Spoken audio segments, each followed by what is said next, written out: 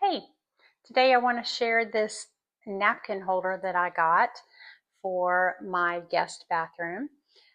It holds disposable napkins so that everyone can dry their hands off and throw their napkin away and not have to worry about using the same hand towel over and over. Um, I wanted a simple way to display or hold the disposable napkins, and this has been just so cute. I loved it so much that I got two. Let me show you more about it. Okay, and here we have the acrylic disposable hand towel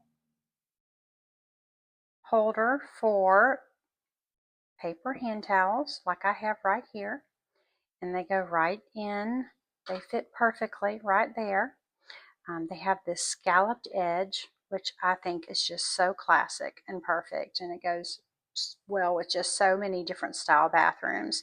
There's a little notch out on the end so that as it starts to go down, they can just reach and get their paper towel and they won't have to touch all of them, especially with their wet hands.